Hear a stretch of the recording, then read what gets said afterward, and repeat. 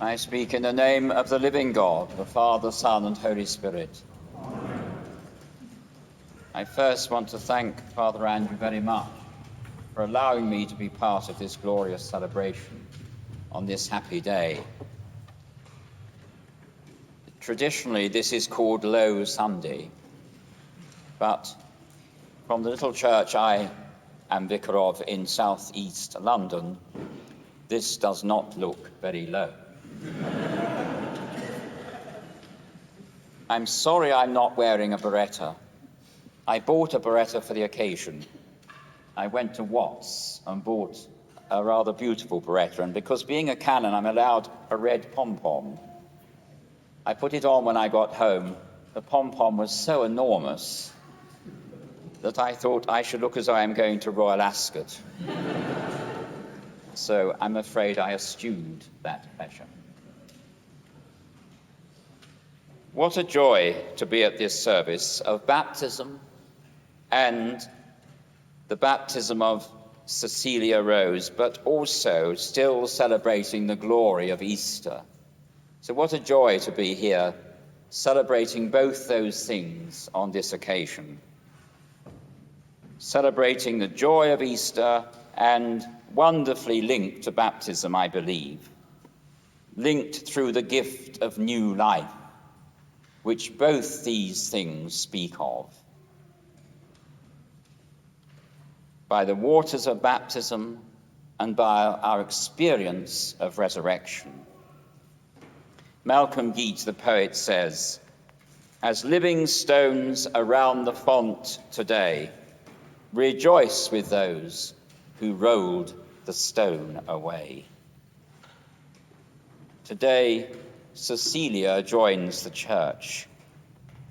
This day, the God who created the heavens and the earth, who threw, as it were, stars into space at creation, this day, the same God comes here in order to bless a tiny infant's life in this place, at this time, for these people. That is surely the glory of God. The God who creates the whole universe comes to be amongst us in this deeply personal and close way. We say that God is everywhere, and it is true, but it only makes sense, surely, that God is everywhere if you encounter him somewhere. It only really makes sense to me that God is everywhere if I encounter him somewhere. And these are the moments of that encounter. That is why we live lives which are sacramental, because each of those moments is a moment that is transformed by love. Seemingly ordinary moments, ordinary people, ordinary places, transformed into glory because they are touched by God. The sacrament of worship, the sacrament of baptism, the sacrament of the Eucharist, all these are moments when God touches us in a particular way. But also the sacrament of wine and laughter and company afterwards. These too are sacramental moments when we find ourselves touched by God as we encounter each other in the celebration of life. Easter and baptism are about dying to our old self. That is the essential link of these two things we hold together today. Dying to our old life and opening ourselves to the new possibilities of life with God. And our lives, our purpose, our meaning becomes clear. The way that we live as a person finds new motivation. Cecilia begins her journey today as part now of that community. Resurrection and baptism held together by that moment of new life. The Easter candle burns here in the most beautiful Easter candle stand I've ever seen. Light is a theme of Easter and a theme of baptism.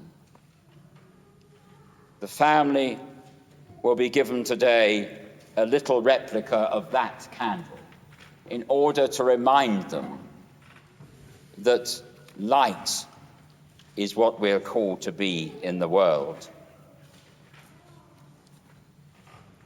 The Easter candle burns and the little baptism candle will burn, pointing us to be lights of the world, for that's what Christians should be. Christians should light up dark places. That's where Christians should find themselves, perhaps sometimes wondering, how on earth did I get here? Christians all over the world now are in such places, and that is our calling too.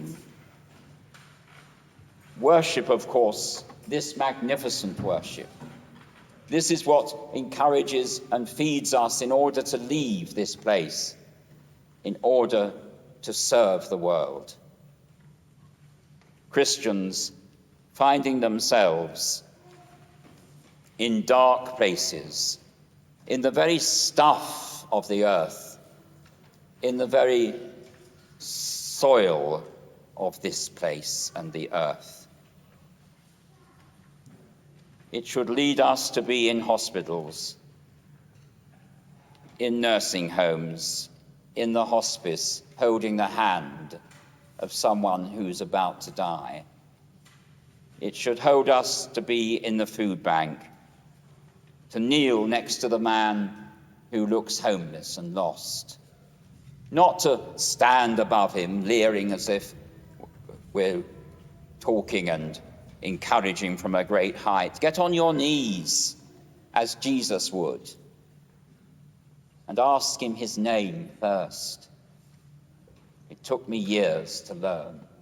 I must ask names, not just start talking to people, not encouraging people by just who or what they are, but rather by who's this man? It's a John, it's a Jane, it's someone who was born into love once.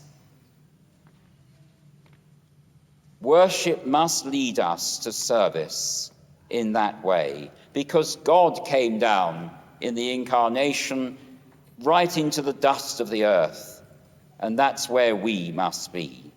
And this Mass, magnificent, but somewhere today, perhaps in this parish, who knows, a priest will stand in a tiny room and offer the same Mass to an old lady who has hours to live. That is the glory of this Mass. It's always appropriate in every circumstance.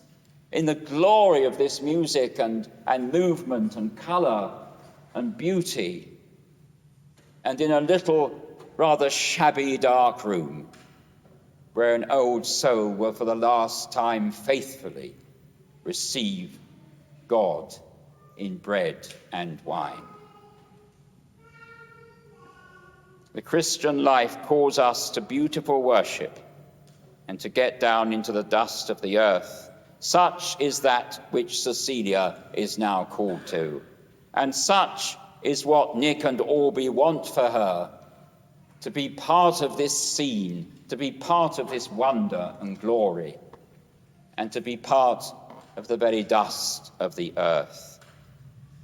He calls us to step into the river, to rise and live and love forever. This is a homily, and so I should stop. I tried to time it to be exactly the same length as the Amen of the Gloria.